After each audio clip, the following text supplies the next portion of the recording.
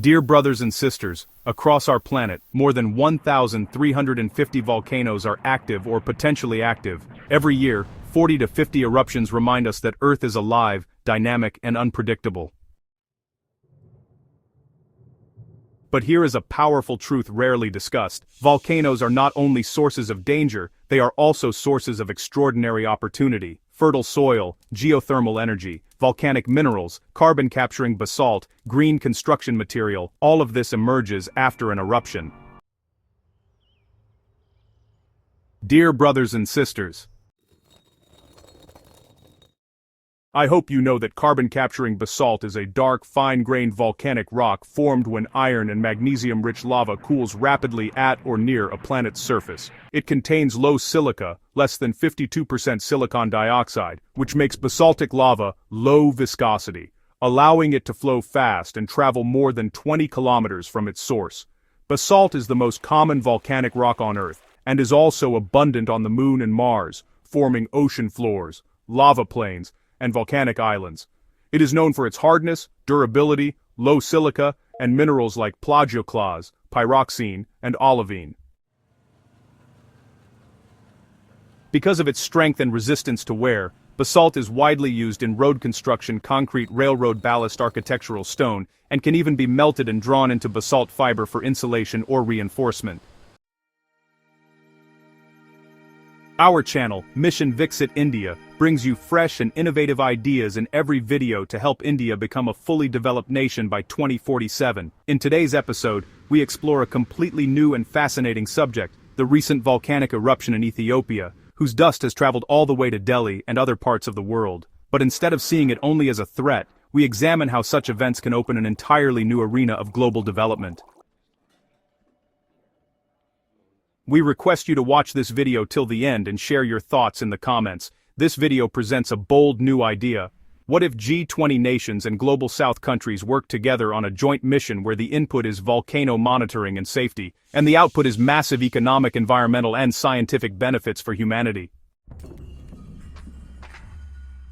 Let us discover how this single investment could transform global development. A volcano rarely erupts without warning. Small earthquakes, rising volcanic gases, ground swelling, thermal changes, all these signals appear days, sometimes even weeks in advance. But today, nearly 250 to 300 volcanoes, mostly in the Global South, have no monitoring at all.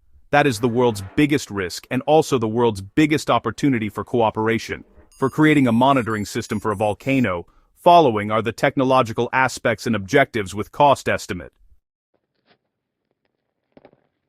First, a seismometer network. A seismometer network detects magma movement through tiny earthquakes. The cost is about $2 to $4 million. Alright, so, GPS and tilt meters are used to measure ground inflation as magma pushes upward. The cost for setting up these systems is usually around $1 to $2 million.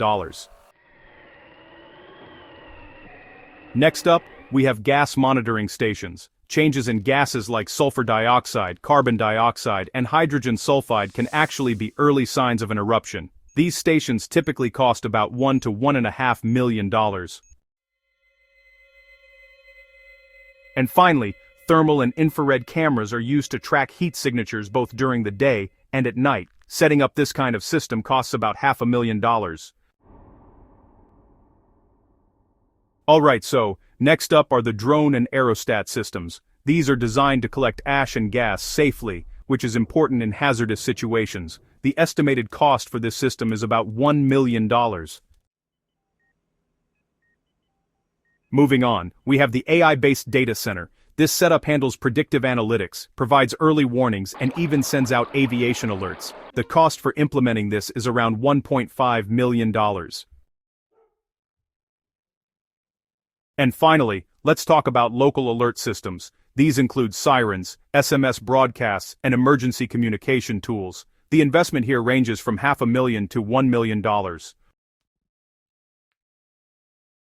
So, the total input cost for monitoring each volcano comes to about $7 million, or roughly 60 crore rupees, to $12 million, or roughly 100 crore rupees. And, if we include operations, the cost is about $10 million to $18 million over 5 years. Now, let's imagine a G20 plus Global South joint plan. If 100 high-risk volcanoes are monitored, the total cost would be about $1.2 to $1.4 billion over 5 years. Each G20 country would contribute around $60 to $70 million. That's only about 450 to 550 crore rupees per country, which is actually less than the cost of a single large flyover or an urban metro tunnel section. Here's something interesting. Every $1 invested in monitoring helps prevent $50 to $500 in disaster losses, and it also unlocks huge economic benefits. Now let's turn to the astonishing benefits volcanoes create once the eruption cools. These benefits are so large that really, the monitoring cost becomes extremely small by comparison. The most fertile soil on Earth, hands down, comes from volcanic ash. It's packed with potassium, phosphorus, iron, and all sorts of micronutrients. That's why farming zones close to volcanoes, they just keep giving these super high yields year after year. And get this, the annual global benefit is estimated at somewhere between $25 and $40 billion. Basalt weathering for carbon capture is a pretty fascinating process. When crushed basalt absorbs carbon dioxide, it actually converts it into stone, naturally and permanently. Each year, this brings in about $10 to $15 billion in carbon credits, and another $5 to $8 billion from land restoration. So, geothermal energy and green hydrogen are pretty amazing opportunities. Volcanic belts hold enormous geothermal power. The annual benefit here is about $40 to $60 billion in clean electricity, and an additional $15 to $20 billion in green hydrogen. Moving on, volcanic construction materials like pumice volcanic ash and basalt fibers can actually create low-carbon cement and lightweight durable structures. The annual benefit is estimated to be around $20 to $30 billion. And finally, volcanoes are a source of rare minerals and strategic metals. They host things like lithium, copper, titanium, and platinum group elements. The annual benefit from this is roughly $30 to $50 billion. Volcanic tourism and new land formation bring in an annual benefit of about $10 to $15 billion. So, here's the total output value per year across sectors. Agriculture brings in around $25 to $40 billion.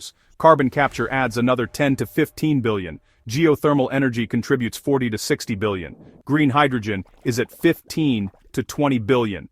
Construction gives us about $20 to $30 billion. Minerals add $30 to $50 billion. And tourism brings in $10 to $15 billion. Altogether, that's a grand total of roughly $150 to $230 billion per year, and this is every year, not a one-time gain.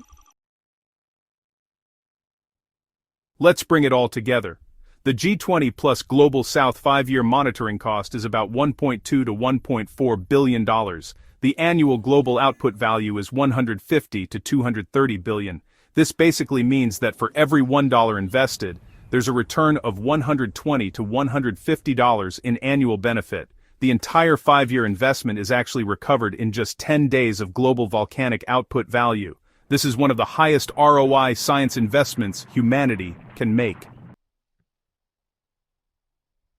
Now, India can really play a major leadership role here. For starters, India could create a global volcano data and prediction platform using DPI, or Digital Public Infrastructure Principles. Plus, we could use ISRO's satellites for INSAR monitoring, lead research and development in basalt weathering, green construction and geothermal energy, and train scientists from Global South nations. Not to mention, we could even demonstrate a world-class monitoring system at Barren Island. So, India can help convert volcanic risk into volcanic prosperity.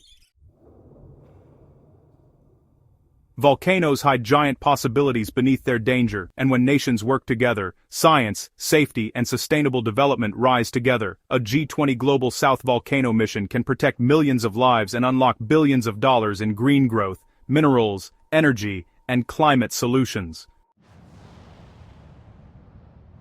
Volcanoes are not just explosions of destruction, they also represent the Earth's most powerful source of renewal. Through G20 and Global South cooperation, we can convert fear into opportunity and build a safer, greener, and more prosperous world. Mission Viksit India seeks to give India's research and development a new direction, a new speed, and a new courage. Today we place the need for a G20 Global South Volcano mission to monitor volcanoes to protect millions of lives.